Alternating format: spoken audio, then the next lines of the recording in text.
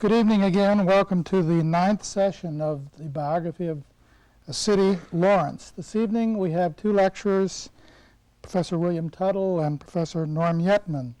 The first lecturer, Professor William Tuttle, Professor of History and American Studies, has been at the University of Kansas since 1967.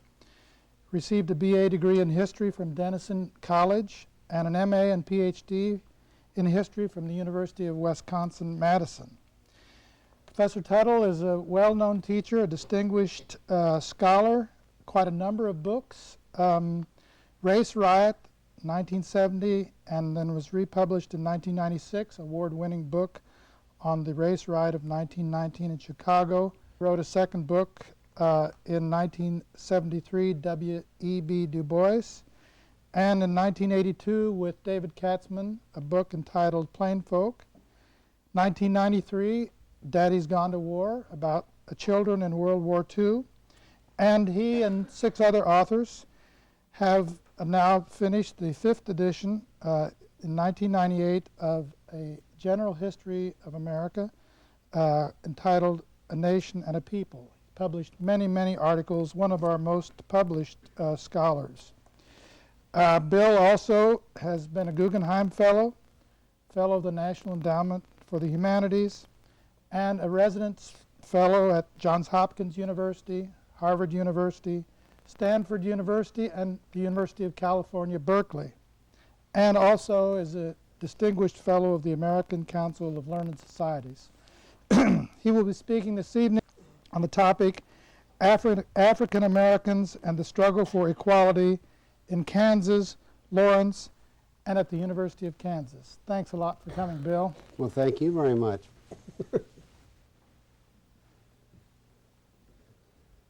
Thank you, Dennis, for your very kind introduction. It's really a pleasure to be here, and I want to thank you also for organizing this course. We've had courses in the past, biographies of great cities such as Rome and Los Angeles, and I think it's time we had one on Lawrence. I've been watching it every week and enjoying it. So thank you very much for your work in organizing this biography of our hometown, Lawrence, Kansas. This evening I want to speak about aspects of the African American history, not only of Lawrence, Kansas, but also of the University of Kansas. I want to cover a period of about 100 years, focusing on the African American freedom struggle from roughly 1960 to 1960. But I think for me to do this correctly, I also will need to provide historical context by considering the larger history of African Americans in the state of Kansas. It is crucial to recognize that throughout its African American history, the state of Kansas has functioned on 2 levels, one symbolic and romanticized, the other harshly real, and I think truly unfortunate. For example, while the residents of Kansas Territory voted to repudiate slavery and enter the Union as a free state, most white people in Kansas were die-hard racists who believed that freedom from slavery was one issue, but racial equality quite another. I came to Kansas to live in a free state, explained a Free Soil clergyman in 1856, and I don't want black folks a-tramping over my grave. The situation in Kansas was indeed complex, for arriving in the state at just this time was another a man named John Brown, who had a diametrically different view of things, and who with his sons waged guerrilla warfare against slavery and became a powerful symbol of freedom to enslaved people. Moreover, I think because of the conflict between the ideal and the real, the state of Kansas has long been an exporter of brains, of talent, of character to other parts of the country. For this reason, we sometimes fail to appreciate the richness of what African Americans in Kansas have produced.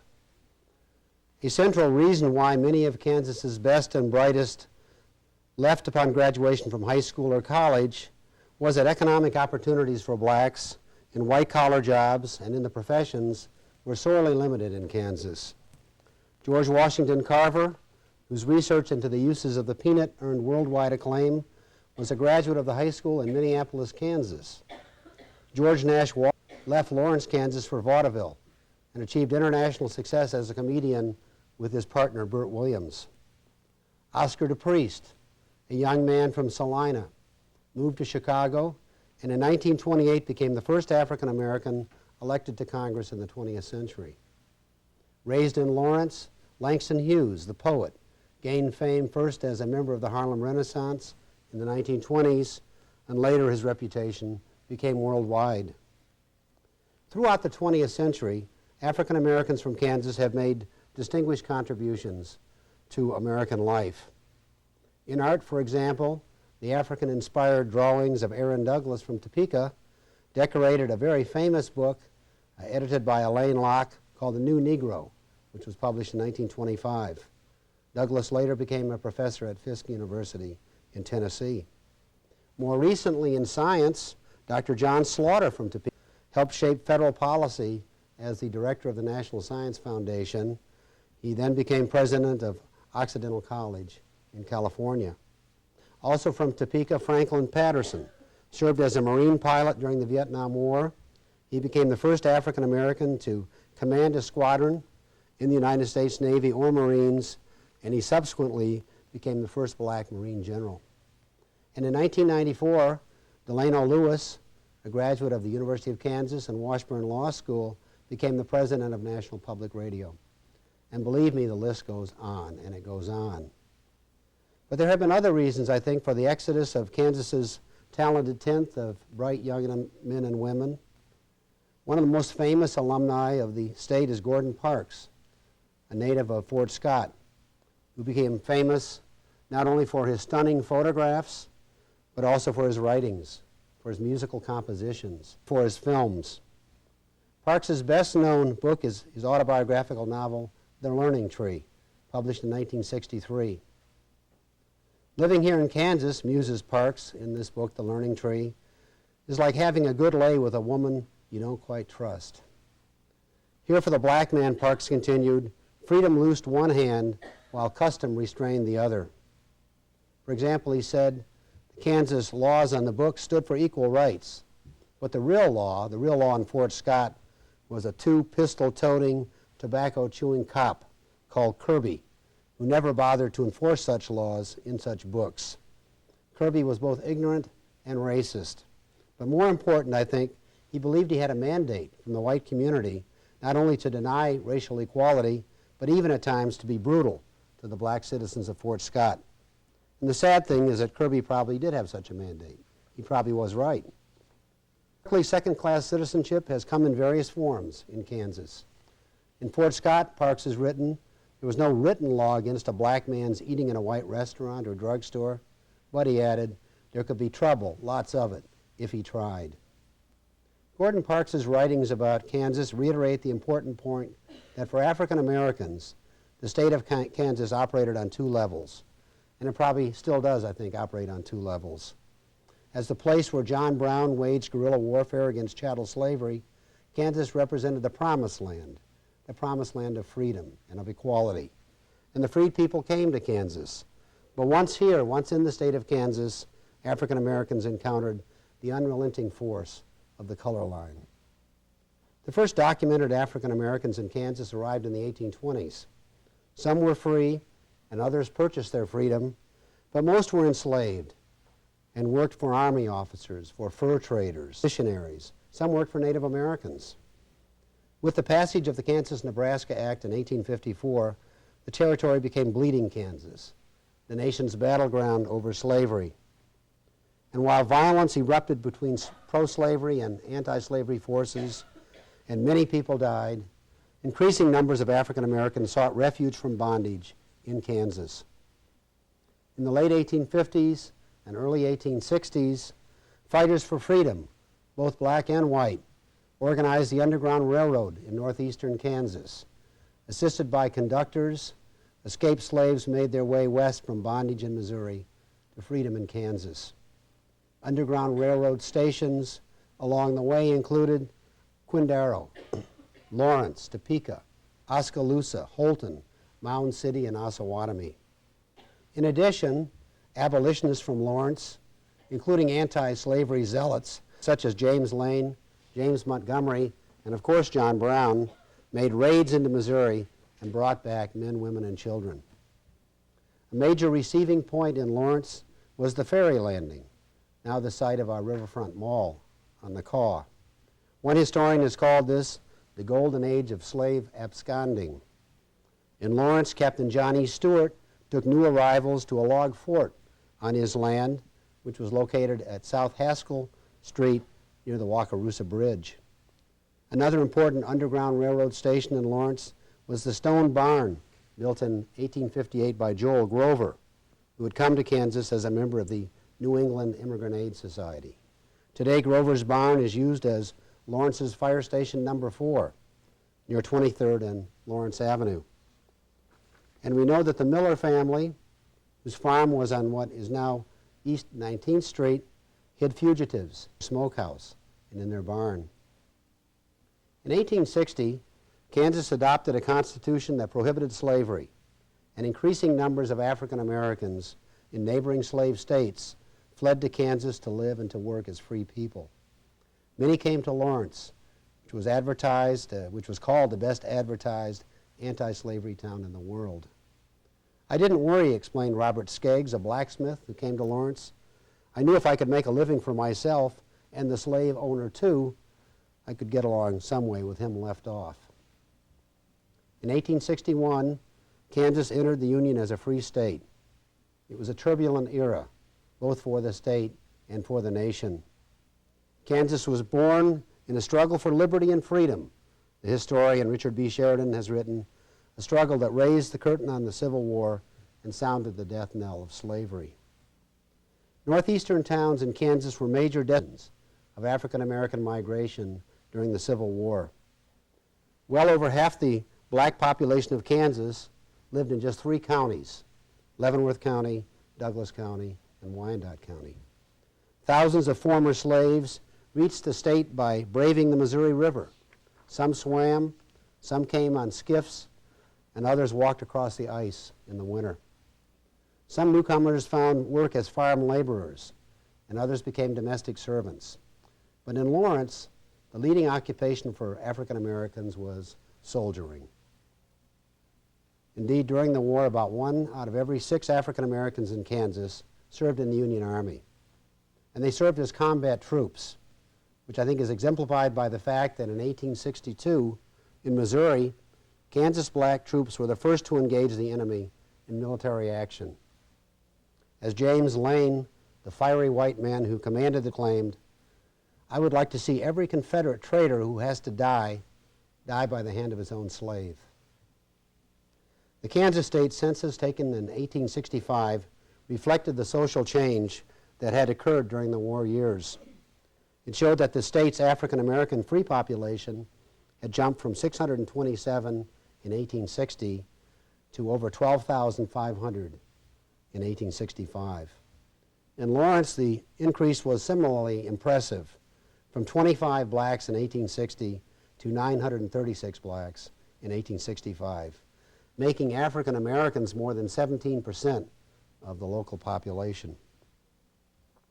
Of the 349 employed blacks in Lawrence at that time, 95 were listed as soldiers and 85 as day laborers. Among black women, 49 were domestic servants and 27 were washerwomen. But one workers held skilled jobs, including 23 teamsters, 8 blacksmiths, 4 barbers, and 1 saloon keeper, 1 carpenter, 1 shoemaker, 1 printer, and 1 preacher. Lawrence's black community was growing, and it was clear that it was here to stay. The Negroes are not coming, asserted Lawrence abolitionist minister Richard Corley. They are here. They will stay here. They are American-born. They have been here more than 250 years. They are to be our neighbors, whatever we may think about it, whatever we may do about it. Black children in Lawrence began to attend the public schools during the day, and black adults went to school at night, meeting for 2 hours, 5 nights a week. White and black citizens taught the formerly enslaved people to read and write. In fact, one of the black teachers was Blanche K. Bruce, who later, during Reconstruction, became a United States Senator, Mississippi.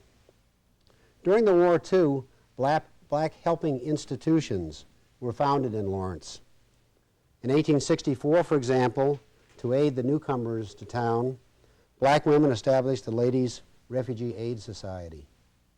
But most of all, African Americans in Lawrence built churches. Upon arrival, some of the former slaves had attended the Congregational Church, but in 1862, they decided to establish their own church, which they called the Freedmen's Church. Soon Black Baptists and Black Methodists also built houses of worship in Lawrence. Indeed, in 1862, 5 black churches were built in Lawrence. In addition to the Freedmen's Church, they were the Second Congregational Church, the Second Colored Baptist Church, the Second Missionary Baptist Church, and St. Luke African Methodist Episcopal Church, which of course still exists today in East Lawrence. After the Civil War, by rail, by wagon and boat, African Americans continued to come to Lawrence. Lawrence was booming, and from 1865 to 1870, its total population jumped 65%.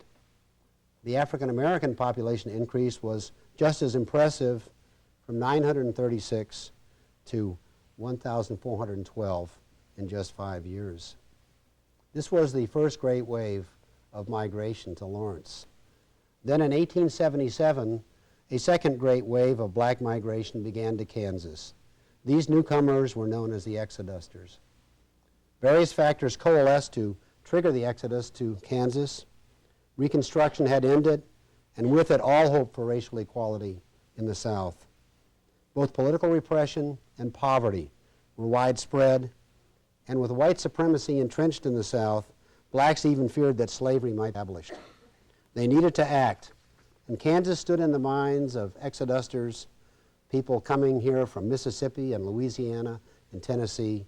Kansas stood in their minds as both a beacon of freedom and a place where they could own farms.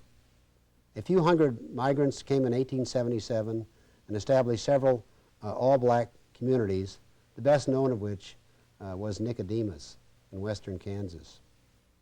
What started slowly in 1877, however, became a mass movement in 1879.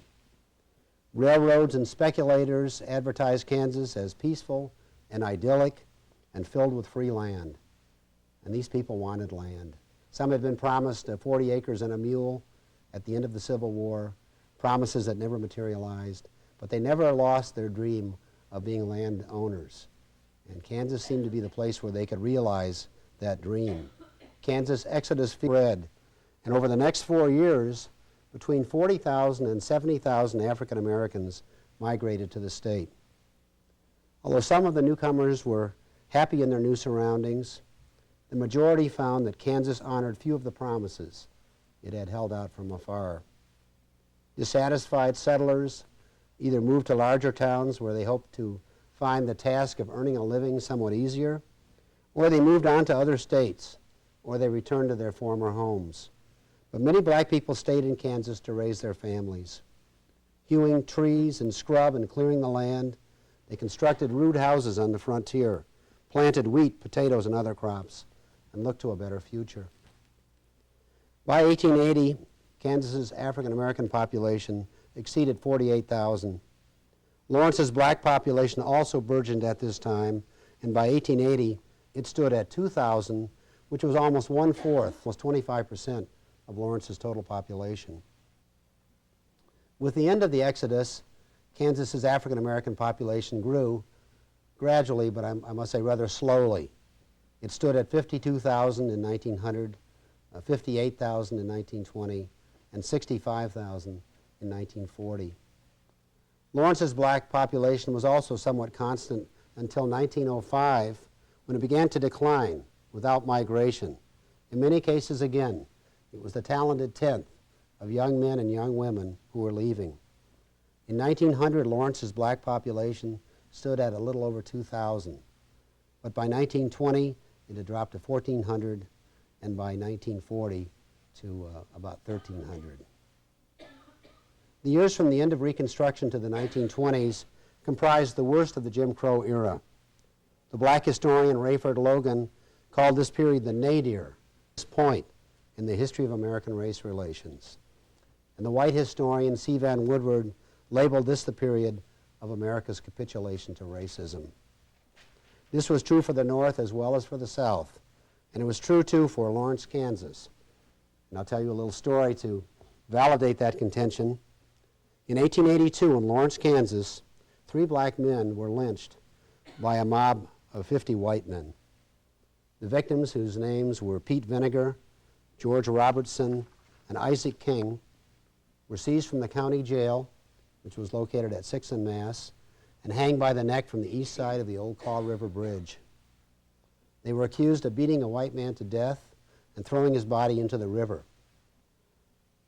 The three black men were arrested along with Vinegar's 15-year-old daughter, Margaret Sis Vinegar, who was accused of luring the white man, who had been drinking in a saloon, him across the bridge to North Lawrence. She was having sexual intercourse with him when King and Robertson set upon him, and when King killed him with a blow to the head from a railroad iron. That night, the night the 4 were arrested by the sheriff, a mob of 300 men surged toward the county jail. The mob was dispersed, but later, at 1:30 in the morning, a raiding party of 50 masked men appeared at the jail and broke into the jail using sledgehammers and chisels. A vote was taken on whether to hang Sis Vinegar, and the majority decided not to. The lynchers then marched the 3 men to the bridge, placed ropes around their necks, swung them over the bridge, and left them hanging until they were dead. In fact, the dead men were still hanging there for all to see when the sun came up the next morning. Sis Vinegar was sentenced to life in prison at the Kansas Women's Penitentiary, and she died there in 1889 of cirrhosis. Many in Lawrence were appalled at the brutality. Among them, the Reverend Richard Cordley, the abolitionist whom I quoted earlier, who had come to Kansas to fight for the freedom of African Americans. Cordley wrote an anguished letter to the editor of the Daily Journal about the terrible tragedy, he said, which has just disgraced Lawrence and the state. For Lawrence stands for Kansas and the best in Kansas, and this terrible deed will go abroad to our shame. You say you are sorry, Cordley told the lynchers. That is a feeble word. The blood of every law-abiding citizen should tingle with shame, and his face blush with horror at such a deed. Nevertheless, despite this brutality and other kinds of discrimination, lack of political rights, nevertheless, the Jim Crow years were years of black community building in Kansas and also in Lawrence, including the establishment of churches, mutual aid and benefit societies, Masonic lodges, women's clubs, and schools. Furthermore, to provide needed professional training and services in the Kansas City area, African Americans founded both a college, Western University in 1881, and founded a hospital, Douglas Hospital, in 1899. And in 1895, blacks in Topeka established the Kansas Industrial and Educational Institute, later renamed the Kansas Vocational School, which aspired to become the Tuskegee of the Midwest. During these years, too, African Americans in Kansas took pride in the Indian fighting exploits of the Buffalo Soldiers, the all-black cavalry units stationed in the state. Most important, I think, African Americans in Kansas made productive economic lives for themselves. In addition to farming, some became teachers, coal miners, and police officers, while others worked on the railroads and in meatpacking plants. A perusal of records in Lawrence indicates that here, too, African Americans were establishing businesses and entering the professions. And I did quite a bit of the research for this talk at the Watkins Community Museum with the help of one of the archivists, which is just filled with valuable information about the African American community in Lawrence. There's a book which you can buy there called A Souvenir History of Lawrence, Kansas, 1898. It contains photographs of the members of the Douglas County Bar Association, including 2 black lawyers, Robert B. McWilliams and John W. Clark. Their offices were at 730 Massachusetts Street. Clark had been graduated from KU with a Bachelor of Law degree in 1896, and he was elected 12 times as Justice of the Peace. In addition, if you look at this souvenir history, you'll see that among the photographs of the Lawrence Police Department is that of a man named Sam Jeans, who served as the Assistant Chief of Police. Several black physicians also practiced medicine in Lawrence at the turn of the 20th century. African Americans established a variety of businesses at this time, partly, I think, in response to the racial segregation or to the outright exclusion practiced by hotels, restaurants, barbershops, and other enterprises in the state. In Lawrence in 1900, blacks owned and operated grocery stores, barbershops, a hotel, restaurants, a bakery, rooming houses, pool halls, tanneries, a rug company, and blacksmith, tailoring, and dressmaking shops. Lawrence was also the birthplace in 1896 of a black sect called the Church of God and Saints of Christ, an interesting religion, a Judeo-Christian denomination that recognizes Jewish holidays and worships in tabernacles, but also uses both the Old and the New Testaments. Today, the sect has roughly 100 churches, and for several years the church had a tabernacle in East Lawrence, and just about a year ago, this denomination had a celebration in Lawrence.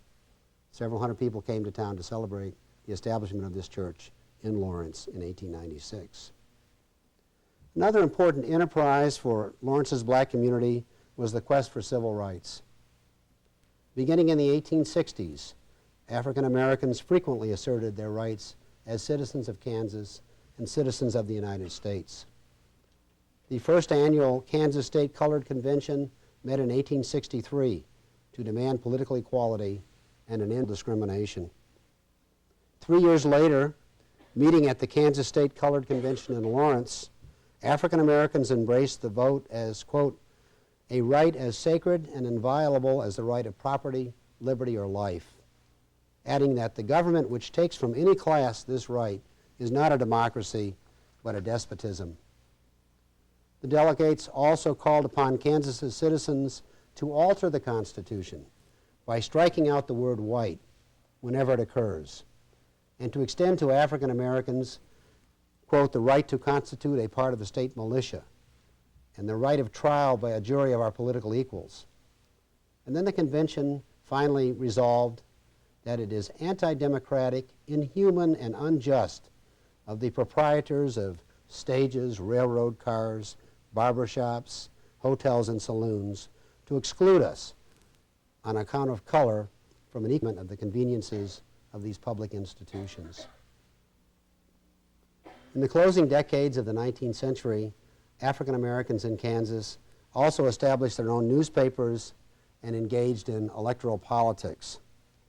Whereas 3 black newspapers were established in Kansas in the 1870s, 13 new papers appeared in the 1880s, 28 new papers in the 1890s, and 10 more between 1900 and 1920. Some of these African American newspapers were Democratic, and some were populist, but most were Republican. Indeed, I think black voters who were courted by the other parties were very important to the welfare of the Republican Party. Kansas's first African American state legislator, a Republican, was elected in 1889, and 3 years later, Edward P. McCabe, a Republican lawyer and landowner in Nicodemus, was elected auditor to his office. Lawrence had 3 black newspapers in the late 19th century: the Colored Radical, the Western Recorder, and the Historic Times. The last of these was the Historic Times, which in 1891 editorialized about the need for equal opportunity. Give us a fair and square position in the arena of life, it stated. Clothe us with the same rights and privileges accorded to every American citizen in this country, and the race will thrive and succeed in all avenues of life. The Historic Times also chastised local white-owned businesses for discriminating against black customers. For example, it criticized the Bowersock Opera House for racially segregated seating, and it called for a boycott. It called for a boycott of a confectionery store located on Massachusetts Street, owned by a man named William Wiedemann, whom the paper accused of having set himself the Moses of Negro haters, whose most delightful mission is to insult intelligent colored people who perchance drop into his shop to purchase ice cream. He refuses to allow a colored gentleman or a lady to occupy a seat at one of his tables, even in the remotest corner, for the purpose of eating. And he tells us he's willing to take our money, but we must go outside to eat. And this injustice was happening, the paper reminded its readers, right here in the city of Lawrence, the Athens of the West. How many times have we heard that? 'Neath the eaves of the great state university, and mid churches that preach out of one blood God created all nations. Now henceforth, the paper said, let each appoint himself a committee of one to see to it that not one red cent of our money go to fill the coffers of the Negro-hating establishment. Racial discrimination was also widespread in the Kansas public schools, but the issues here, I think, were more complex. While many Kansas communities, especially in rural areas, had racially mixed schools, others did not. In 1879, the Kansas legislature gave cities with populations above 10,000 the authority to establish racially separate grade schools, and Leavenworth and Topeka promptly did so. Eventually, Lawrence also succumbed to racism. In North Lawrence, a dual school system was established, and 2 grade schools were maintained, the Woodlawn School for white children, and down the block, the Lincoln School for African American children. High schools in Kansas were generally racially mixed until 1905, when the legislature granted Kansas City the authority to establish a separate secondary school. This school, Sumner High School, became a first-rate institution which graduated several generations of men and women until its demise in 1978. Indeed, I think African American children received generally good educations in Kansas, whether in integrated schools or in all-black schools. Access to quality schools was a primary motivation for Southern migration to Kansas, and the illiteracy rate for African Americans in the state dropped dramatically from 33% in 1890 to 9% in 1920. So this is a little bit about Kansas and a little bit about Lawrence. I now want to address the history of African American students at the University of Kansas. But I think to do this, I'll have to backtrack a few decades. The first black KU student, there were blacks admitted to KU when it was sort of a preparatory school prior to this, I think beginning in 1870. But the first black KU student, Lizzie Ann Smith, enrolled in 1876. And the first black KU graduate was B.K. Bruce in 1885. There was a very nice tribute to Bruce paid in the main newspaper in Lawrence, the Lawrence Journal. Upon Bruce's graduation, the Lawrence Journal editorialized that this was an event worthy of Kansas. Recently, the paper stated, a college paper hailing from Virginia took the University of Kansas to task because colored students and all others are permitted to matriculate. It seems strange to them that such a state of society can exist when a man can stand on his merit and receive recognition. It speaks more for the republicanism of Kansas than anything else that a colored man will graduate this year from our state university with honor and with the esteem and respect of his classmates. But the University of Kansas, like the state of Kansas, operated on 2 levels. While it congratulated itself upon an open admissions policy, it also enforced a Jim Crow system of racial separation on campus. As KU's weekly University Courier stated in 1886, this is a quote, while every Negro, provided he has like endowments, is just as good as a white man and is equal to him, equality does not mean community. Between the 2 races were differences in temperament and in mental qualities. Indeed, between them was an impassable gulf. For this reason, the paper concluded, we do not desire to associate with Negroes. Neither do the Negroes as a social class desire to associate with us. It seems a matter of mutual pleasure that the 2 societies should be separate and independent. But African Americans continued to matriculate at KU, and Lawrence and Douglas County provided some of the black enrollees. In the 1880s and 1890s, for example, the Harvey family of rural Douglas County sent 3 sons to KU. Sherman Harvey was graduated in 1889, and after service as an Army captain in the Spanish-American War, he returned to KU, studied law, and was admitted to the bar. His brother, Grant, studied pre-medical courses at KU, leaving in 1891 to finish his medical education in Texas. The third Harvey brother, Ed, graduated from KU in 1894 after earning varsity letters in baseball and football. I think it's safe to say that most African American students at KU had little free time for extracurricular activities. As Larry Peace, a black KU graduate, noted in 1909, nearly all the colored students are wholly or in part self-supporting. This was the case, he reported, with 53 out of the 60 who hold degrees at the university. He added, though, that all were emphatic in their loyalty to a great university where men and women from the humblest walks of life and without money can tarry and get wisdom. Black citizens of Kansas came to KU where they were joined by young black men and women from neighboring states. And this was true because the universities of Missouri, Oklahoma, Texas, and Arkansas excluded African Americans. So black high school graduates from these states quite often made the trip to Lawrence and came here to enroll at KU. Still, admission to the institution did not mean that black students would share equally in the benefits of campus life. Indeed, as the University of Kansas entered the 20th century, it became more and more racially segregated. I'm somewhat unclear about why this happened. I can only guess that one reason was the decline of Lawrence's proud abolitionist heritage. Many of the abolitionists had the public memory of Bleeding Kansas was fading.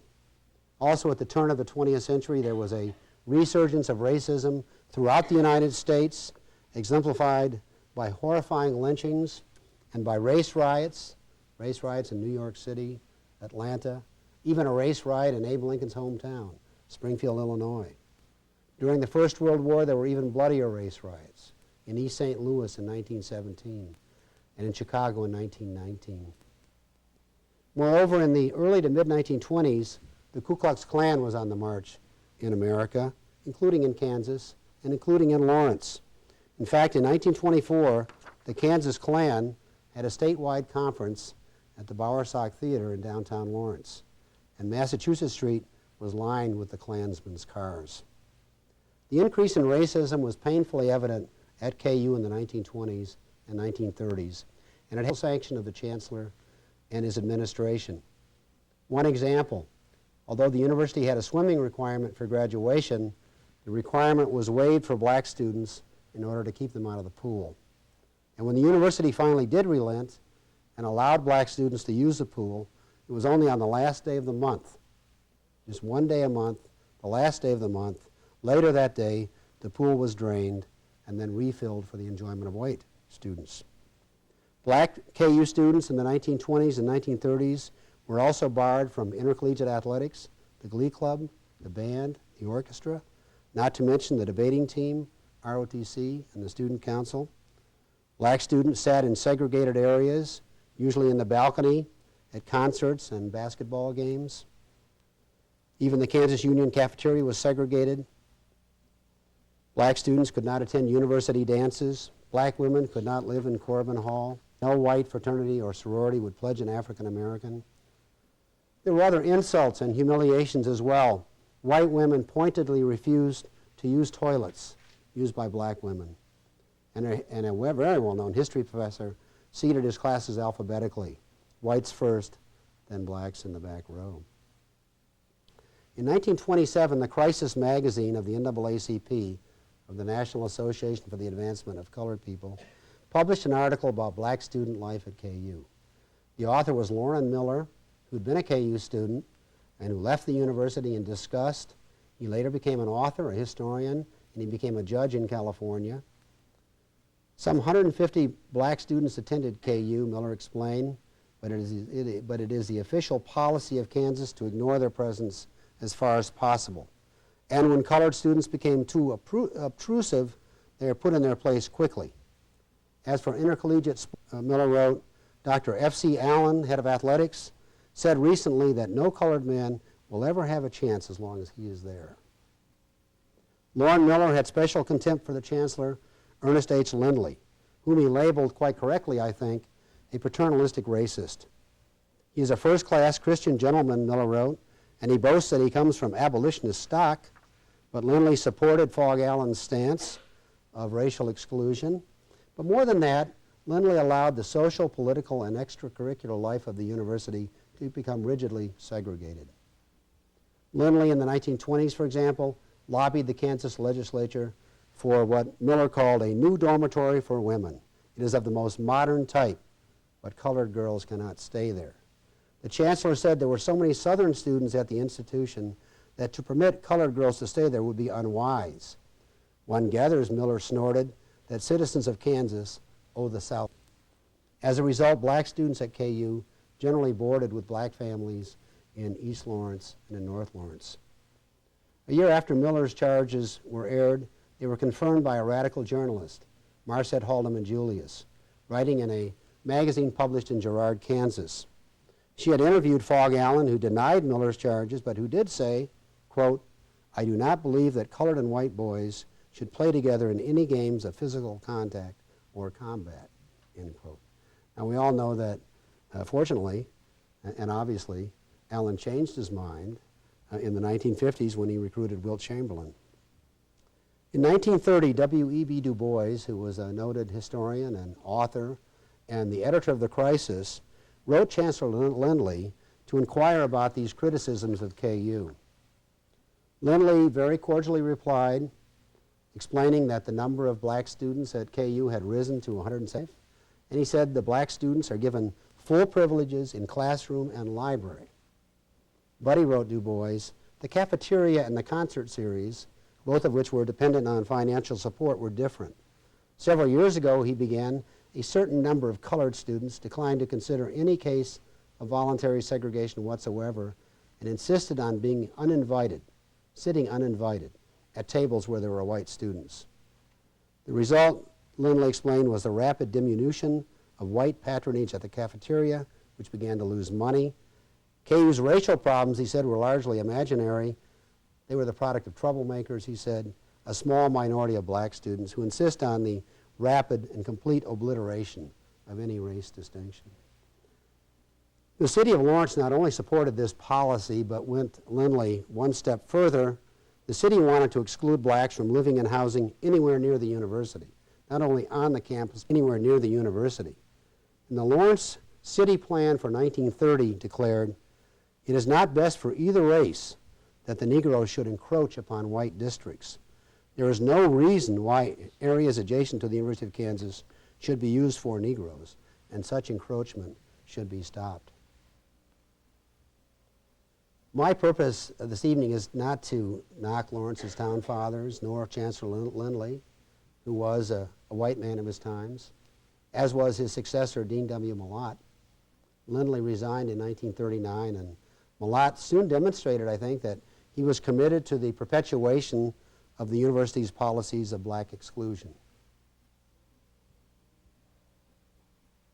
Clearly, the times were changing, however, because of the Second World War. Again, something occurring in 1939. The Second World War had begun in that year with the German invasion of Poland. Perceived freedom and self-determination hung in the balance in Europe and in Asia, and the United States became the arsenal of democracy. And in 1941, President Franklin D. Roosevelt enunciated the four freedoms for which we were fighting: freedom of speech, freedom of religion, freedom from fear, and freedom from want. These were noble goals to be fighting for, and I think a good many people here thought there was yet another wartime goal, and that was the eradication of racism and second-class citizenship. So as the University of Kansas became part of the war effort as a training facility for Army and Navy troops, students grasped the contradiction between the ideals for which America was fighting and the racial segregation that was so evident on campus. In 1942, an interracial group of Christian pacifists formed a branch of the Fellowship of Reconciliation. Their first target was the Memorial Union and segregated cafeteria, a policy, they said, that placed dollars over democracy. Millott rejected the efforts of the Fellowship of Reconciliation, explaining in a letter to the Board of Regents that the group consisted of well-meaning but misguided students who were zealots. Millott's rejection did not, I think, quell the movement for racial democracy. The UDK stepped forward and in probably some of its proudest moments. It's probably all been downhill since then. But the UDK denounced segregation as analogous to fascism and said that KU, quote, did a good job of practicing what Hitler preached. One of the most outspoken reporters on the Kansas was Jim Gunn, who in 1943 wrote from his army base, "Who fights for freedom," he asked. "Speak up for the humanity of the Negro, the Mexican, the Jew, of their rights to life, liberty, and the pursuit of happiness." As many of you know, Jim Gunn returned to the university, became a distinguished professor of English, and internationally known as a science fiction writer. Some of the cadets also wrote for the UDK. One wrote, "What am I fighting for? What are you fighting for? Freedom. We fight for the freedom to live one's life as one chooses." In 1942, Lawrence established a chapter of the NAACP. In 1943, the local NAACP petitioned the governor to end the discriminatory and segregation practices that are endorsed and maintained by the administration of the university against Negro students. On campus, some white varsity track athletes organized a protest to desegregate both intramural track teams and the varsity track team, and to desegregate the Big Six track meet, which was forthcoming in Kansas City. Public pressure did result in the desegregation of the intramural meets, but the Big Six would not relent. The Big Six, which was formed in 1927 and 1928, had agreed to exclude blacks from varsity sports out of deference to Missouri and Oklahoma. But in 1943, W.W. Davis, who was a KU history professor and the faculty representative to the Big Six conference, took a motion drafted by students to a Big Six meeting. The motion boldly stated, "Since Negro men are good enough to pay taxes and to serve in the armed forces, it was only fair that they be allowed to compete in intercollegiate sports." But Davis's motion died for lack of a second. Another policy issue on campus that caused great consternation was the policy of the American Red Cross of segregating donated blood, white blood, black blood. Two students denounced this policy in a letter to the UDK, asserting that it contributes to racial discrimination by imitating the Nazi theory of the airman.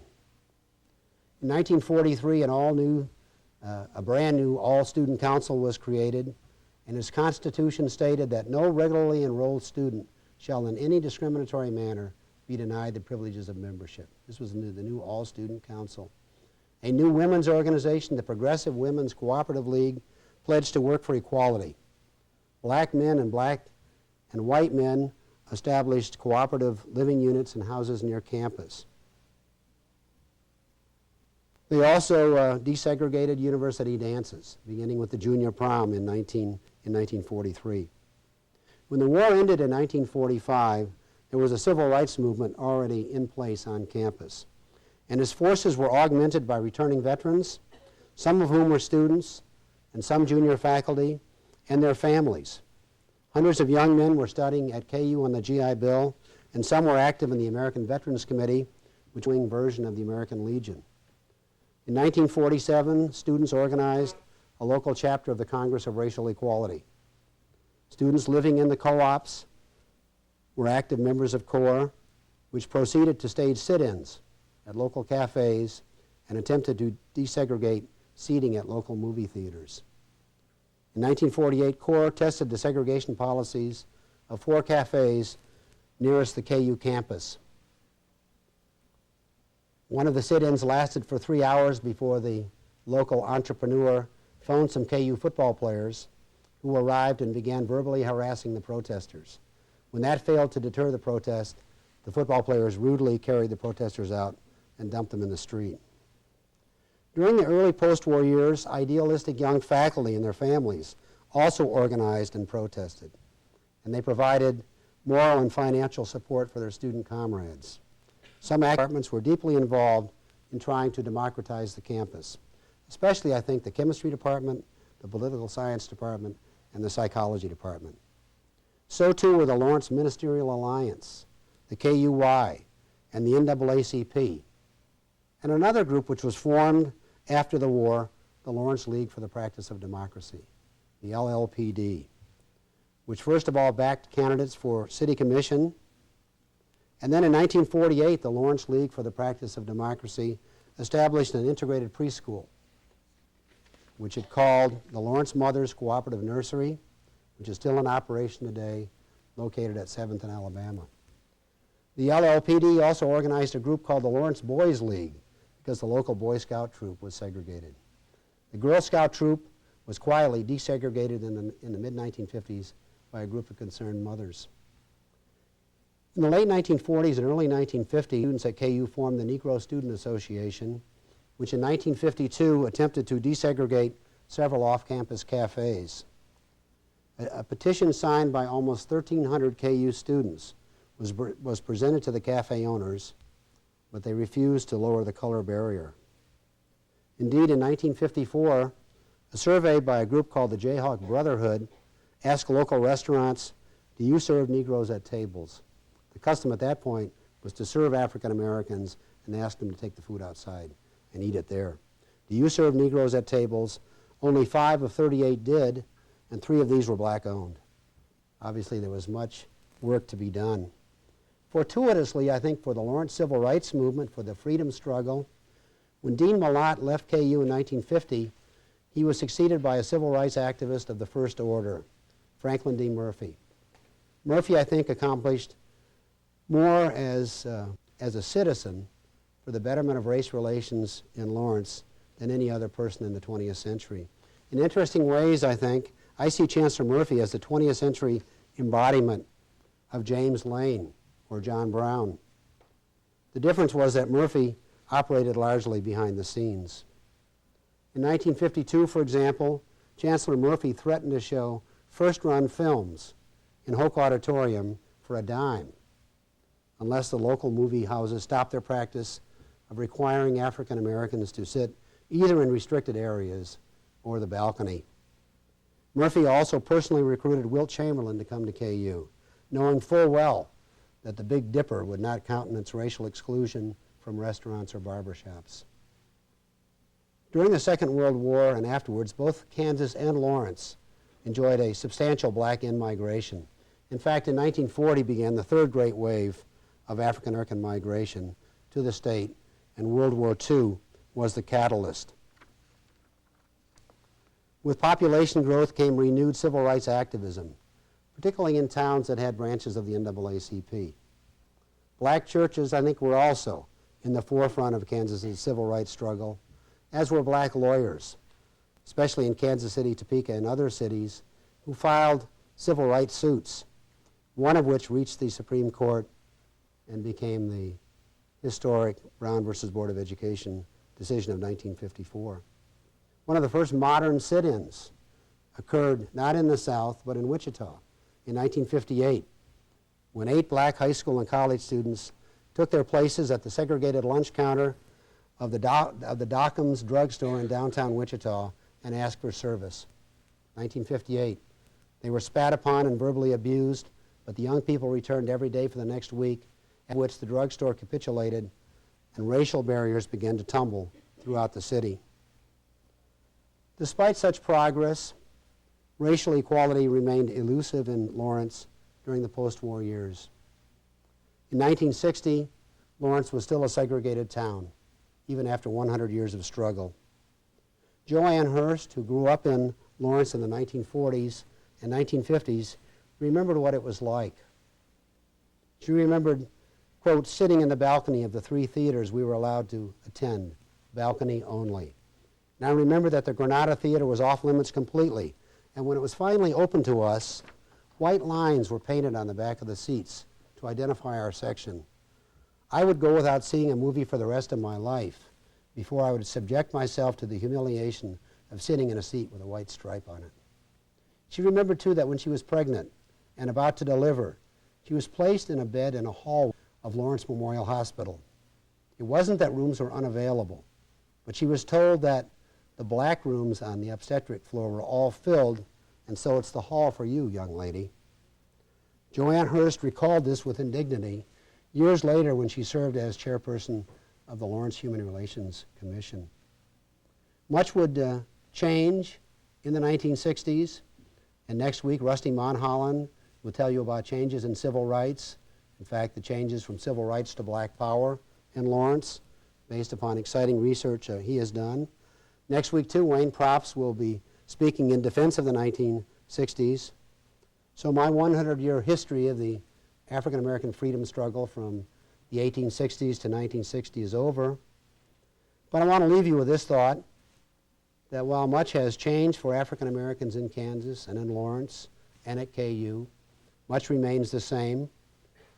I've shown the conflict between the idealized image of Kansas on the one hand and on the other the often harsh reality of race relations in the state has not only generated tension and unrest, but has also produced a rich history. Thanks. I've got time for questions, I think. You didn't even put up that 1-minute sign yet, did you? Yeah, yeah.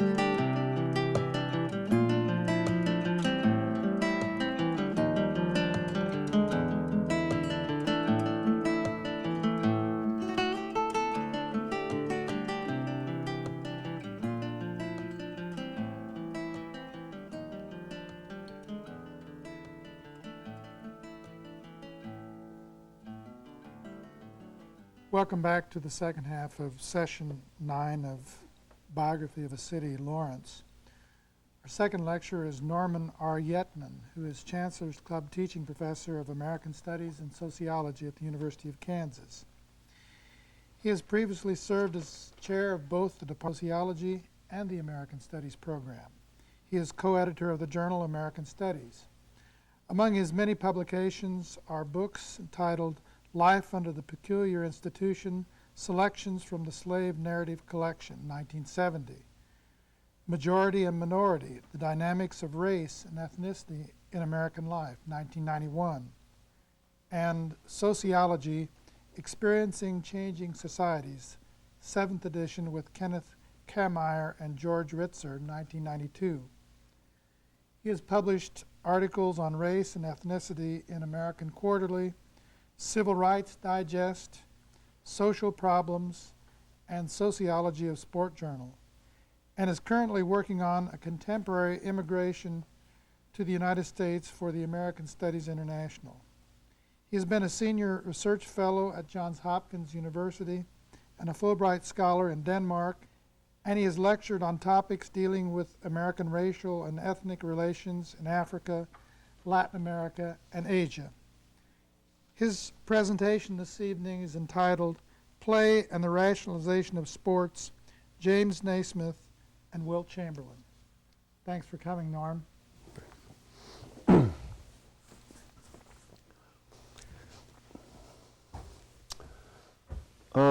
I teach a course occasionally.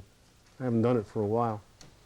About a year from this spring, I'm going to teach a course again entitled Sport in American Society, or the Sociology of Sport.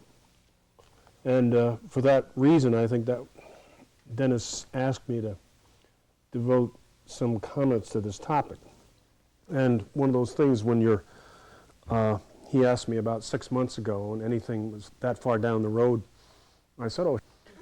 But, you know, as the time approached, I realized I didn't really know anything about the development of sport in Lawrence.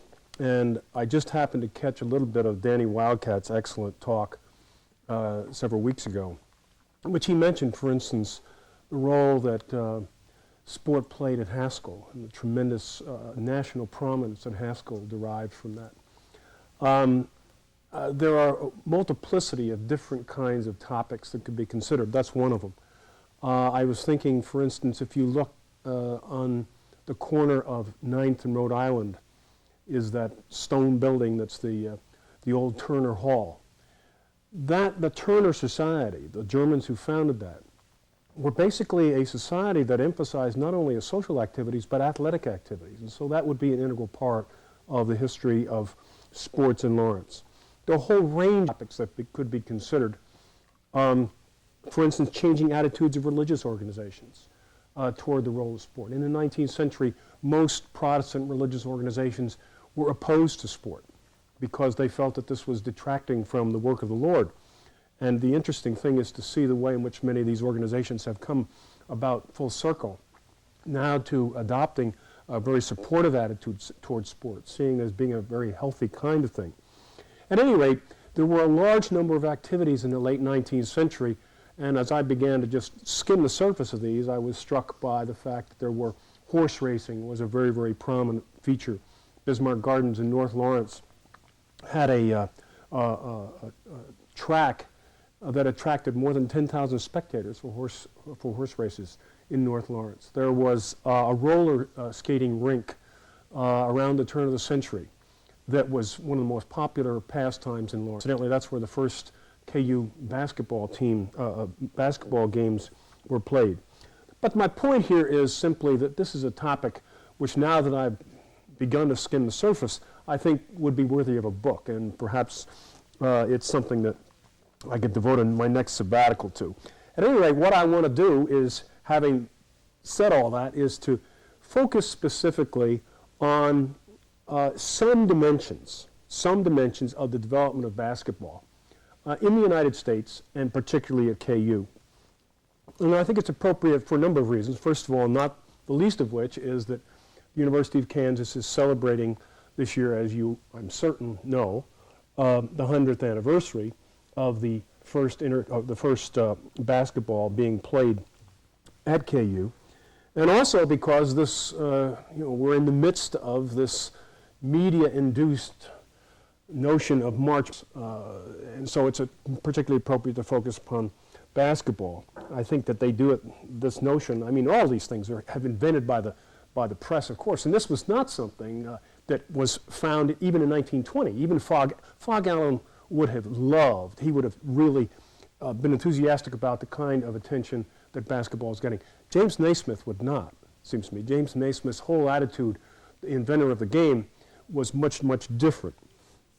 At any rate, what I'd really like to do is to consider the role of basketball and its development generally, and at KU specifically, as illustrative of some broader social transformations in American life. Now, Dennis mentioned that one of the books that I've published is co-edited with a guy named George Ritzer, who is a social theorist at the University of Maryland.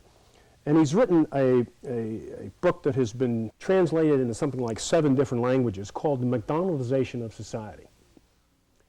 And what he's talking about here is basically what the German sociologist Max Weber called rationalization.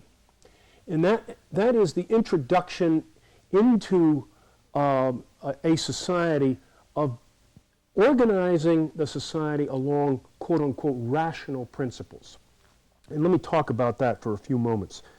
Rationality is the process whereby behavior or activities are evaluated on rational rather than emotional or irrational grounds.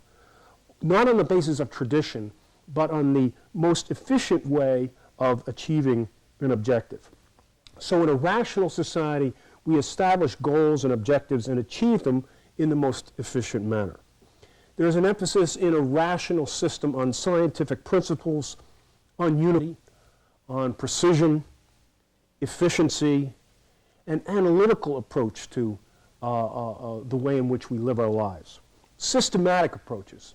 It's far different from a traditional society in which basically you live and you do things not in terms of the most efficient way, but the way in which it's always been done, the way in which the ancestors have told you it is to be done. Ritzer talks about this in terms of McDonald's. I mean, I don't want to go in an elaborate discussion of McDonald's, but what he says is McDonald's embodies these principles because what they do is to reduce the production of food to the most efficient, they produce it in the most efficient manner possible. And there are certain basic elements that underlie the process of McDonaldization, which is spread worldwide, not just with McDonald's restaurants, but the whole process of rationalization that he's talking about. First of all, an emphasis upon efficiency. Secondly, an emphasis upon standardization and uniformity. You know, to take the Holiday Inn, there are no surprises. When you go to a Holiday Inn, there are no surprises. It's the same universally wherever you go. It even has the same smell, you know, from the kind of, I'm sure the disinfectant that they use in the rooms is the same. So this leads to standardization no matter where you are. You're going to get a McDonald's that's going to be the same in Moscow as it is in Lawrence, Kansas. There's an emphasis upon specialization or the division of labor. And I want to talk about each of these in terms of how I think sport in Lawrence especially, or in basketball in general, embodies these. There's also an emphasis upon precision and numerical calculation on quantification. We can see that in sport, and I'll come back to that in a few moments. There's also an emphasis upon impersonality. It doesn't matter who you are or where you're from. What's importantly the attributes that you bring to the activity.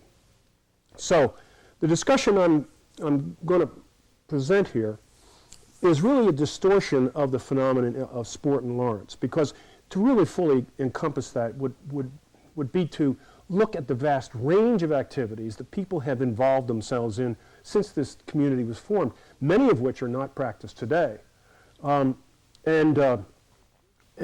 focus upon this very, very visible, commercialized, politicized, institutionalized phenomenon of basketball that is not only nationally, but makes Lawrence not only nationally visible, but internationally. 2 years ago, I happened to be in Hong Kong for a month at this time, and I was chomping at the bit because I couldn't get information about who had done in the regionals. Well, lo and behold, I read in the Hong Kong Daily Examiner that among the TV programs that was going to be presented was NCAA basketball that included the game with Syracuse. And so I stayed up till 2 o'clock in the morning to wait and see this game. And lo and behold, here, unfortunately, KU lost the game. Now, the chapter I've asked you to read,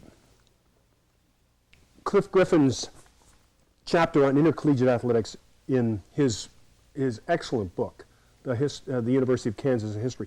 Probably, I think when that book was written about 20, 30 years ago, the reviews of that were excellent, saying it was probably the best history of a single university that had ever been done. It really is a superb book. His chapter on intercollegiate athletics focuses upon football, but many of the things he's talking about, basically the conflict between whether or not there's, and I'm back to this notion of the amateur ideal versus professionalism, and the conflict between whether or not the commercialization of the phenomenon. These are persistent themes that throughout the 20th century, as the phenomenon becomes increasingly prominent in American life, become tensions that you'll find in the university. So I'd like to propose the evolution and development of to consider the evolution and development of basketball in Lawrence and at KU in terms of a continuum, that is, moving from one point to another, with which, from, on the one hand, the phenomenon of play, to the opposite extreme of the phenomenon of what I call corporate sport. This is a model for considering the changes that have occurred primarily in the 20th century, but it doesn't explain everything. One of the things that's interesting and is very important in terms of the development of basketball, Naismith invented the game. James Naismith invented the game, which is a purely rational phenomenon in itself. He also, however, and this is something we can't account for, why did basketball take off? Why was basketball so popular? He was an inveterate inventor. He was a scientist. I mean, he was the quintessential rational man, although he was simultaneously a very, very devout man and a Presbyterian minister. And the two of those roles, he played those two roles exceedingly well. But at any rate, he invented not only basketball, but three other sports after he got to KU. He called them wartug, high-low, and vril. Well, I don't think any of us have played any of those because they didn't stick. And so the question that I'm not going to answer here is, why basketball? Why did it stick? Naismith, you'll have to excuse me, I have a terrible cold, so I may occasionally digress and excuse myself for coughing.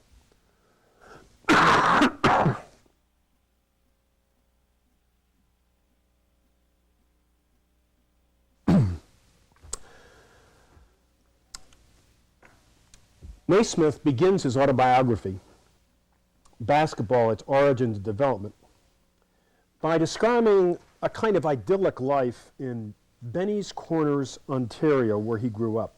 And he says this. This is on the first page. There were many kinds of contests among boys in Benny's Corners, some thought of on the spur of the moment and forgotten with the darkness. What he's referring there is to the phenomenon of play. And by play, I mean something that is purely spontaneous. It is an activity that is free, voluntary, it is non-serious, it's non-utilitarian. It's not useful for anything. It just is an end in itself. It's something that is done for the sheer joy, pleasure that it brings. It is created spontaneously by its participants. That is on the one hand, that is the play element. And there's a Dutch historian named Johan Huizinga who has written a book called Homo Ludens, in which he basically argues that that is one of the critical dimensions of being human. Man the player, or humans the player, to get away from a sexist terminology. But what he's saying is that that's an integral part of being, the notion of play. And it seems to me that almost all sport has that play element in it.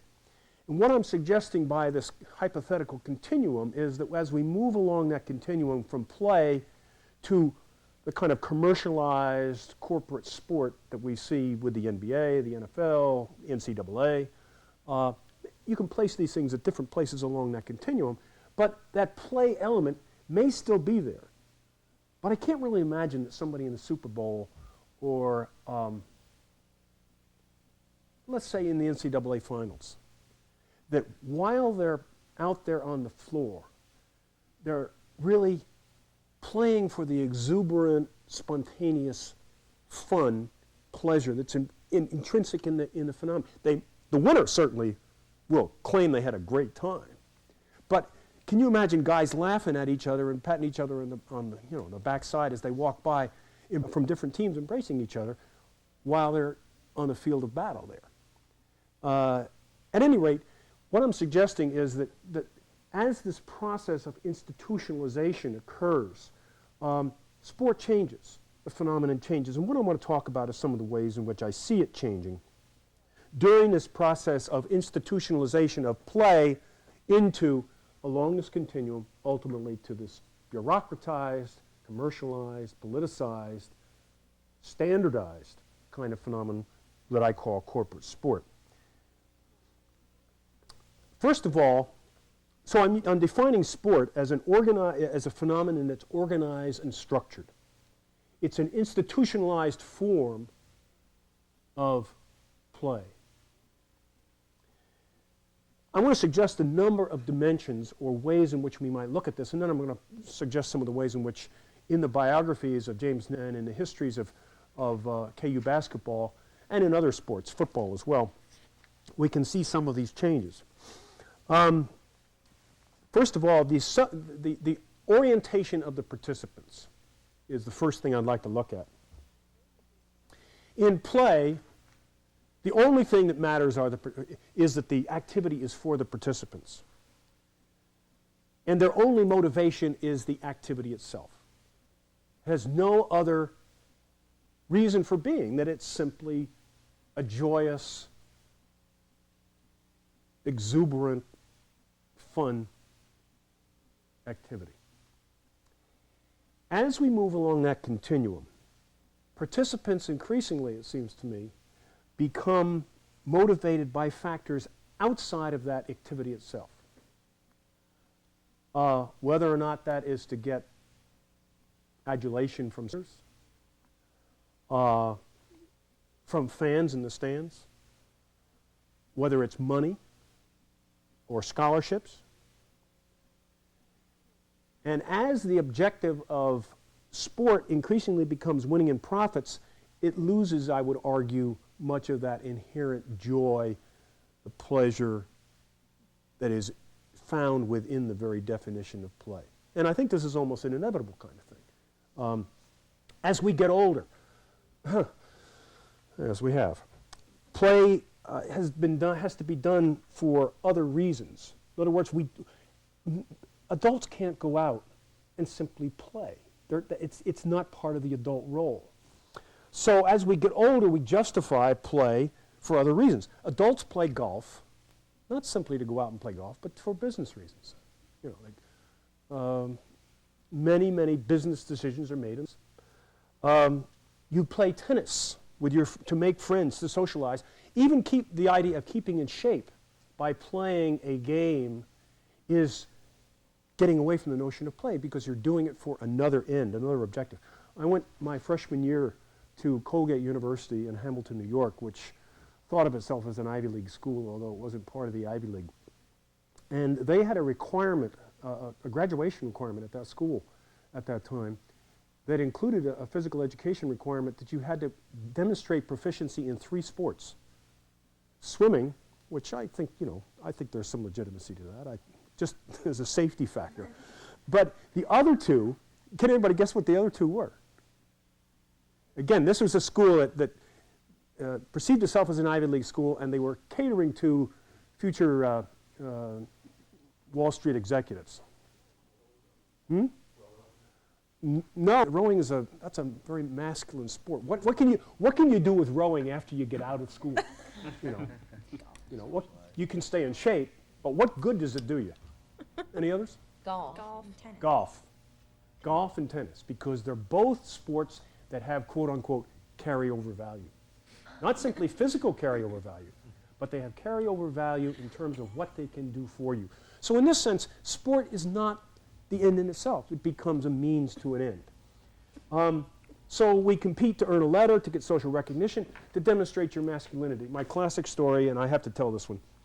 My freshman year in college, a football coach called me down and he said, "Yetman, I understand." I was in a singing group, and he said, "Yetman, I understand you've been doing a lot of singing." And I said, "Yes, sir, Mr. Rice, sir." And he said, "Yetman, you haven't been working out as much as you should." I said, "Oh, yes, I have, sir." But he said, "No, you haven't." I said, "Well," he said, "Yetman, you've got to make a decision." I said, "What's that, Mr. Rice, sir?" And he said, "You've got to decide whether or not you want to be a singer or a man." So, I mean, here was a notion. What it involved was being an athlete, being involved in sports is a way of demonstrating masculinity. And there's a wonderful literature on that kind of phenomenon. A wonderful book called Where the Boys Are. It talks about that in the early socialization of boys and the distinctions that are made between boys and girls and the way in which sports plays that role. I said to my wife on the way over, why is it that I ask my students in my class when I teach this course, why isn't ballet a sport? Why isn't dance a sport? You talk about physical activity. You talk about people being in shape. Incredible. I mean, physical activity that's involved here. I wonder if Fred Phelps would come and picket KU basketball games. The point is here that these are, gender roles are tied up in this, and much of my talk is going to reflect the absence of discussion of gender, because it was not until 1968 that there was even a KU women's basketball team. Naismith wanted, incidentally, he tried to organize women to play when he first came, and it was not any interest. As a matter of fact, a woman who came to the University of Kansas before Naismith arrived brought the game with her from, I think, from Wellesley. And so the game was introduced onto the campus even before Naismith arrived, but it was by a woman, and therefore the gender distinctions in the society did not permit the introduction of the sport for women. But I have a picture that you can't see. I told him I wasn't going to use any visual materials, but I have a picture here of, sure you can't see it, this picture here is a basketball game. That's 1891. That's the same, no, 1897, excuse me, 1899.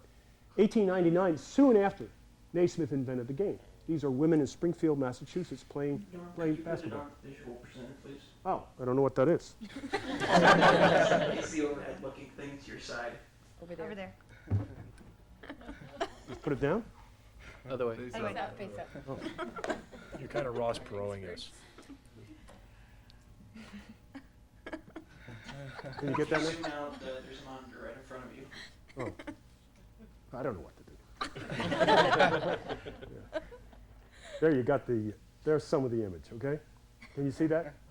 Yeah, okay.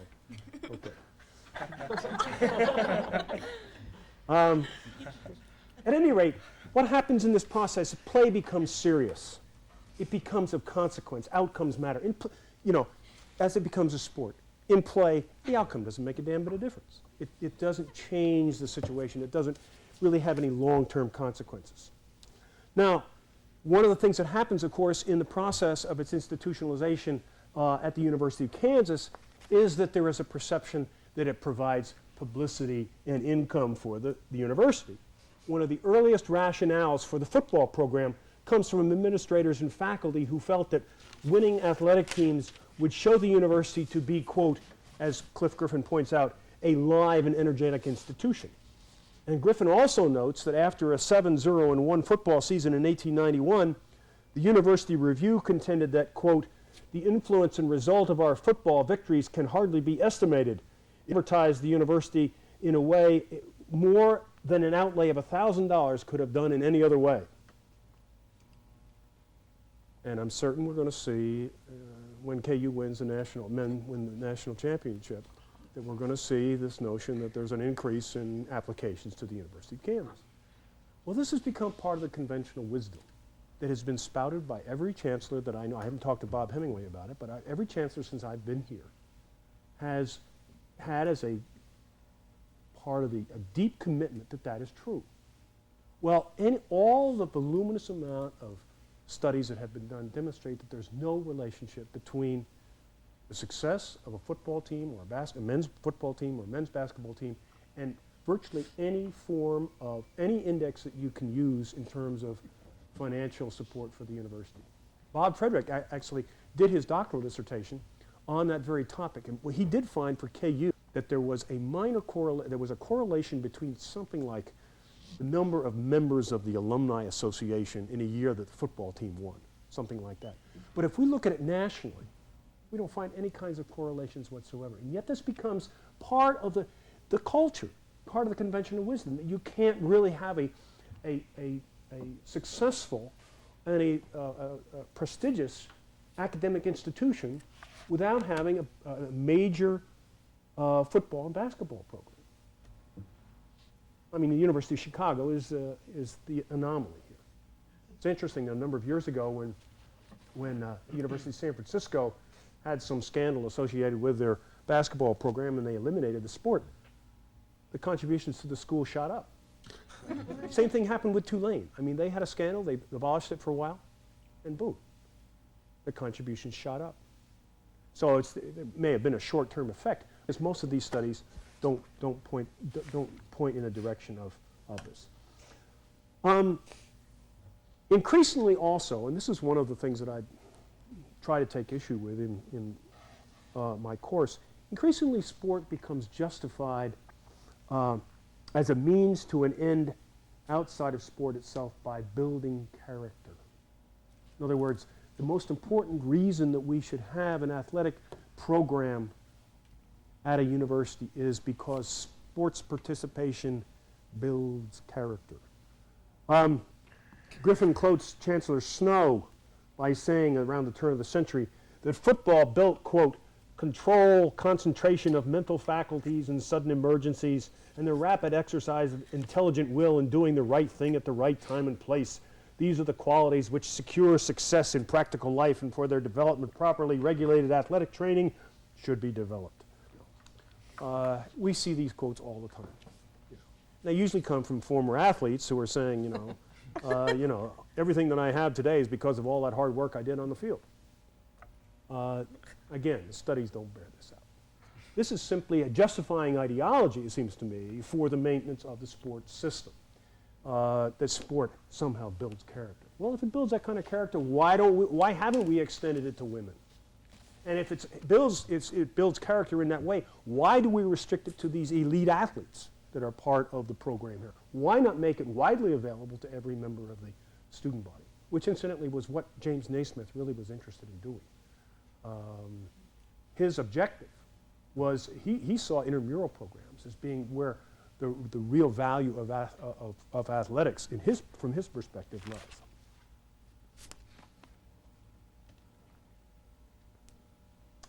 Secondly, as we move along this continuum, the rules of the activity become standardized.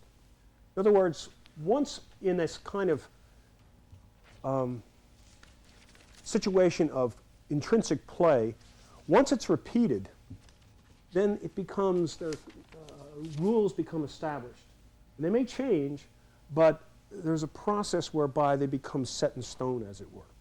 And increasingly the activity becomes, it loses its spontaneity and becomes increasingly standardized. Now, one of the things that's distinctive about basketball, and one of the reasons why it's been called a modern sport, is that it's a classic example, the kind of quintessential example, of a consciously, rationally designed game, which was designed and basically, with been a few exceptions in terms of the changes, but the rules Naismith laid down, and again, rules, and again, in a purely play situation, we don't have any rules. Those rules emerge over this process, throughout this process of institutionalization. Naismith's game did not emerge spontaneously by players themselves, but was used to organize play among adults. Naismith had been ordered as part of a class assignment. He was a graduate student at Springfield College, which is now Springfield College, which was the National YMCA College, which was probably in itself a reflection of some of the tendencies I'm talking about, because I don't think there was any other single college in the United States that was devoted primarily to physical education at the time. And so it was the place to go for training in physical education. And Naismith, as a part of a class, were trying to train people in keeping physically fit, in being involved in athletics, because it was felt that this was built character, that it was good for their all-around personality. So what they found was football and baseball were fine, and people were actively engaged in those sports. But during the winter, the only kinds of activities that they had were a kind of gymnastics or drill, marching. And the participants in these were extremely bored by them. And so The staff, and these were basically, it's a new institution, a young faculty, and rather mature students, graduate students who were working with them. They had a kind of collegiate relationship. But the chair of his department urged all the students and the faculty themselves to develop some new games. And finally, nobody could come up with anything. In about a month, they really dealt with this problem. And Naismith finally, he was given the primary responsibility for it, and he dreaded this because he couldn't think of anything. He tried a number of things, and the students didn't like it. And again, these students were adult males.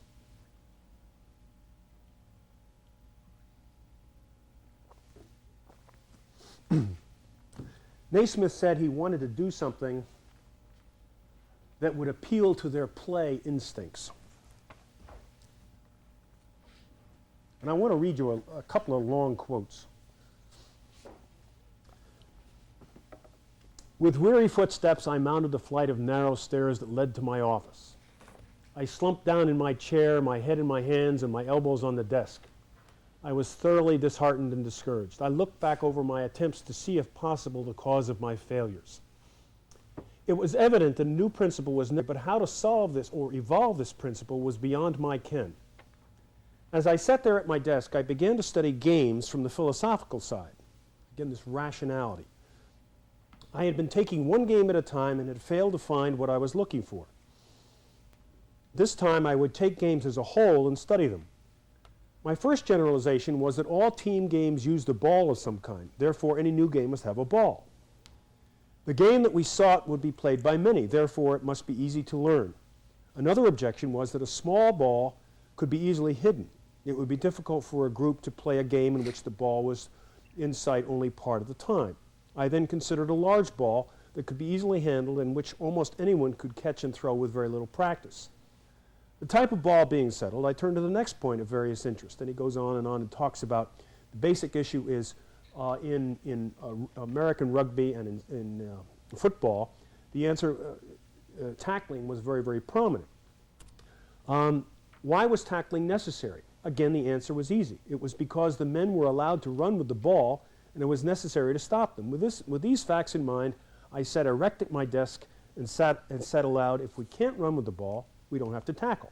And if we don't have to tackle, the roughness will be eliminated. So therefore, it's something that can be played indoors and during the winter. I can still recall how I snapped my fingers and shouted, I've got it. That was this instant of inspiration. Now, I want to read another quote that's totally unrelated to this. And see the parallels here. When I got to our still empty office, I cleared away the papers from my desktop so that I would have a large flat surface on which to form pairs of bases held together by hydrogen bonds. And some of you who are chemistry and physics majors, I'm going to mispronounce a number here. Though I initially went back to my like with like prejudices, I saw all too well that they led nowhere. When Jerry came in, I began shifting the bases in and out of various other pairing possibilities. Suddenly I became aware that an adenine-thymine pair held together, that's right, by two hydrogen bonds was identical in shape to a guanine-cytosine pair held together by at least two hydrogen bonds. All the hydrogen bonds seemed to form naturally. No fudging was required to make the two types of base pairs identical in shape. Quickly, I called Jerry over to ask him whether this time he had any objection to my base pairs. When he said no, my morale skyrocketed, for I suspected that we now had the answer to the riddle of why the number of purine residues exactly equaled the number of pyridine residues. Even more exciting, this type of double helix suggested a replication scheme much more satisfactory than my briefly considered like with like pairs. Upon his arrival, Francis, correct, did not let loose more than halfway through the door before, was not more than halfway through the door before I let loose that the answer was everything in our hands. Same process, different context. This is Helix, Crick and Watson and Crick describing the discovery of the double helix, which won them the Nobel Prize. And what I'm trying to suggest is that both involve this attention to rational procedures. So already we're some way along that continuum, in that basketball is begun as a rational phenomenon by this extraordinary rational man. Now, he had a bachelor's degree from McGill University in Ontario. He also had a master's of divinity from McGill University, and he was studying, again, as a graduate student at Springfield College, and he then went on later to get a medical because he was interested primarily in kinesiology. He was interested in the movement of the physical principles involved in movement, and I'll talk about how he adapts to that in a few moments. In his introduction to Naismith's book, which was published in 1941, Clara B., who was a very prominent basketball coach at LIU for a long period of time, said basketball is probably the only athletic sport consciously invented to meet a recognized need. Now, I could go into a long, elaborate discussion of the basic rules and how they really haven't changed. One of the things he didn't have any rules governing the number of players on the squad. He just happened to have, there were 18 people played the first game simply because when he put the rules up, there were 18 people who came through the door. And it just so happened that, and again, these are just fortuitous things, just so happened that when he went into the story, he went to find out something in which they could throw the ball, and that he asked for boxes, and the janitor didn't have any, but he did have some peach baskets, and so he put them up on the wall, and those peach baskets just happened to be where the balcony was at 10 feet. And so that's the reason today we have 10 feet, baskets at 10 feet, and they are baskets. Now, of course, they had a bottom to them, and there were a lot of changes that had to occur in that process. But basically, the elements that he set down remained much the same. I mentioned the number of players. It was reduced to 5 relatively quickly, although before that happened, there was a report of a game at Cornell in which there were 100 participants, 50 on each side, which he decided was a little bit too crowded. So rational principles are used to conduct the games. Although the magical rites, we may use magic, and I maintain that the use, I do magical things all the time. You know, I know that, what did I do last week? I was in one room of my house watching the game, and I have a TV in another room, and saw the men's game against Oklahoma. I wasn't feeling well, so I was lying down, and I was watching it, lying back, and they went to a 28-8 lead or something. I forget which game it was, and they went out to a 28-8 lead. I was reluctant to move because I thought if I moved, this would affect the outcome of the game. That's magic. I mean, that's a belief in magic. I mean, we all do it. I mean, really, we all do that kind of thing. And there's been a lot of studies, very interesting studies, of the kind of magical rituals that we go through. And we employ sorcerers to try to affect the outcome, because the outcome can never really fully be predicted. At any rate, there are always, one of the things about a rational game is the extent to which, as we move along that continuum, at least ideally, many of these irrational factors can be eliminated. And I will contend, and I'm going to come back to this at the end of my talk, that one of the most important of those irrational factors was what Bill Tuttle was talking about in the last hour. And that is not opening up this activity to all comers, to everyone, based simply upon their ability. And what we'll see is the way in which that phenomenon, in fact, changed. Okay, a third category I want to talk about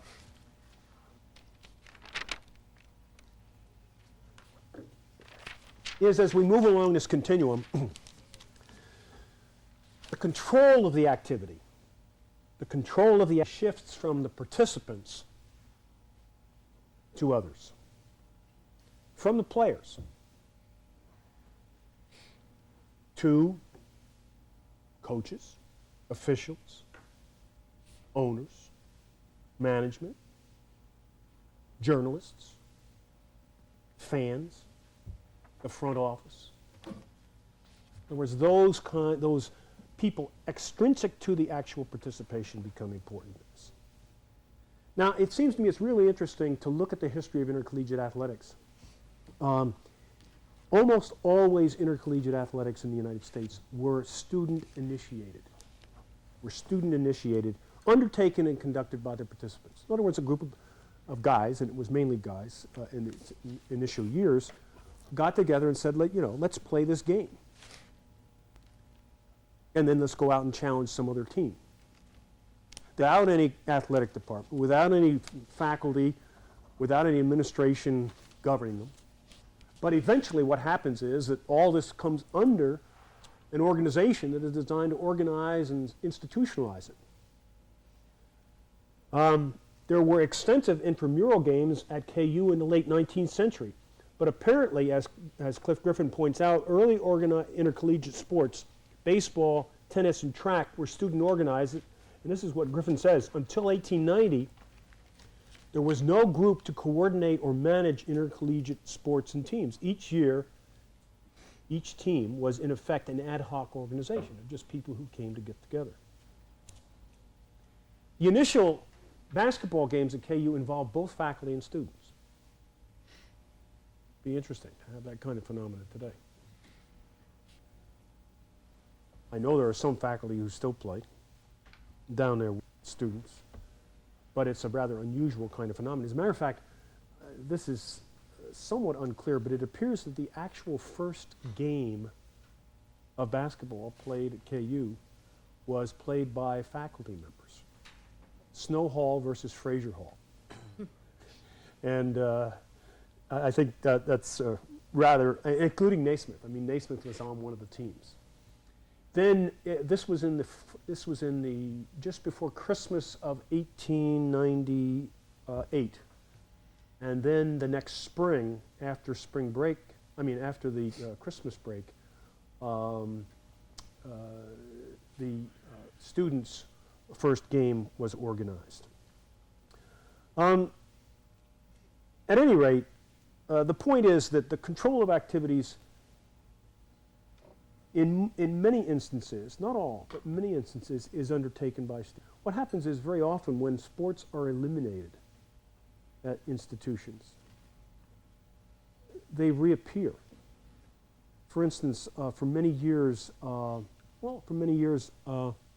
University of Chicago, City College of New York, Brooklyn College, were major sports powers, especially University of Chicago. And they decided, for academic reasons and financial reasons, to eliminate sports. Well, they reappear as student-initiated, student-organized kind of club sports. At KU right now, there is no wrestling team. There hasn't been any wrestling since I've been here in the 32 years I've been here, despite the fact that this is the best wrestling conference in the country. And but I understand that there's a student wrestling club. And that basically, we're going back to the play element because it's an intrinsically engaging kind of experience. People want to participate in it. Okay. Part of this participant losing control to other external factors, it means that the participants really don't have much control over the activity itself. I mean, the coach becomes the authority on everything. The coach gives orders. It's not a democracy. Until recently at KU, when new coaches were selected, and I don't know what has happened in all of, I don't have the information on what's happened on all of the search committees. But until very recently, I would say the last 10 years, my recollection is, and this is highly impressionistic, is that most search committees for new coaches did students. Didn't involve student athletes. But I know that the more recent ones have. In other words, the people who were supposed to be the participants have no voice or say in the people who are going to be directing their activity. And even so, they're a relative. They have representatives now, but they don't form a majority. And those decisions, the decisions really made by an athletic director. I'm talking about the system that's been developed, the system we've developed here. And I don't interpret any of my comments as critical of individuals. I'm simply trying to describe a system that has evolved and emerged as sport becomes this bureaucratized, commercialized, politicized phenomenon. So, what happens in this external factors taking over? We have the development of sports bureaucracies, formal organizations with a division of labor and specialized tasks. They define for us who can participate, when and where, and they govern and control. In 1892, KU joins Missouri, Nebraska, and Iowa to form the Western Interstate University Football Association with common rules. And ultimately, they become a member, as Bill Tuttle mentioned, of the Big Six Conference, of the Missouri Valley Conference, and of course to the NCAA. And the NCAA then has power over the athletes. Transfer rules. You can't transfer. In whose interest are all these things? You can't transfer. You can't go from one institution, one Division I institution to another, without losing at least a year of eligibility. And if the coach from the other school doesn't give you a quote unquote release, you've got to lose 2 years. Well, in whose interest? Nobody's preventing any coaches from moving. 10 minutes? I've just begun. Okay, let me move along real quickly. Standardization. Most pre-modern, pre-rational sports had weights that varied in different meets or distances. The modern tries to standardize them. So today we have baseball stadiums that basically are the same size. The new ones that are being created have dimensions that are very, very similar, rather than a Fenway Park or an Ebbets Field that are really erratic or dramatically different. The basketball is a rational sport because the size and height of the basket, the size of the backboard, the size and weight of the ball, the role of the officials to be nonpartisan, all these things are basically standardized. You know that movie Hoosiers, that is a beautiful movie about this little team from the small town in Indiana that goes and plays for the state championship. And they're awed and intimidated by going into this big arena where this game is going to be played. And in the movie, the coach, played by Gene Hackman, first thing he does, he walks out on his court and they all look around and what does he do? He hasn't measured the basket. Gets a tape measure out, he holds it up. He said, what's that say? 10 feet. It's the same. What he's saying is that you have the same opportunities here. Don't be awed by the fact it's the same game. They don't put their pants on any differently from you. Another aspect. Organizational and technical aspects of the activity become important. Play becomes much more rationalized and standardized. There's an emphasis upon scientific principles, on precision. Naismith was the quintessential rational man. At 1907, he saw the value of height in basketball, and he developed a stretching that would make people taller. I mean, he invented a stretching machine. And it was reported in the paper. Dr. Naismith says that a young person may increase his height 2 inches in 6 months by 30 minutes daily use of this machine. William Hamilton, who succeeded Naismith as KU basketball coach, had at Naismith's urging taken courses at the School of Medicine in Kansas City in order more fully to comprehend the quote-unquote scientific principles of physical conditioning. As a result, he introduced some interesting mechanisms to try to improve his athletes' performances. Discovering in his studies that showers and tub baths were enervating, he forbade bathing by his men for 3 days before the 1912 track meet. 3 days later, before the 1915 indoor meet with the University of Missouri, he ordered the training table cook to feed to the track men to make them run fast. I mean, this is based upon science, the science of the times. He's a real scientist. He's trying to implement, ways to get the edge. So what happens is that this is simply an early example of what we now call sports research. I mean, much of what goes on in physical education departments throughout the country now is trying to find the most scientific and precise way of enhancing performance. And this can range all the way from, increased bodybuilding or use of weights, diet, what's the best kind of diet, drugs to enhance performance, blood doping, use of sports psychologists to maximize motivation, use of tests. I mean, when an athlete, a college athlete goes to the NFL Combine, they put him through an entire range of tests to find out not only how they can best motivate him and get him to perform, but what kind of person this person really is. So players and coaches develop offensive and defensive strategies and tactics.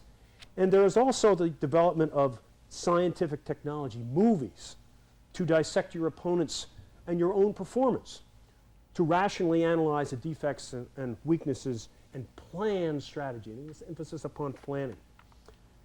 One of the things that's intriguing to me is the way in which this use of video technology especially emphasizes this notion of rationality. Every player at KU, and especially in the professional ranks, is numerically graded on their performance in a game. Now, how do they do that? There are objective criteria. They sit down and they go through each play and they give a score. And I thought it was real interesting that Roy Williams was able to silence critics of his starting TJ Pugh by saying that he graded out better than any other in his defensive performance than any other KU player.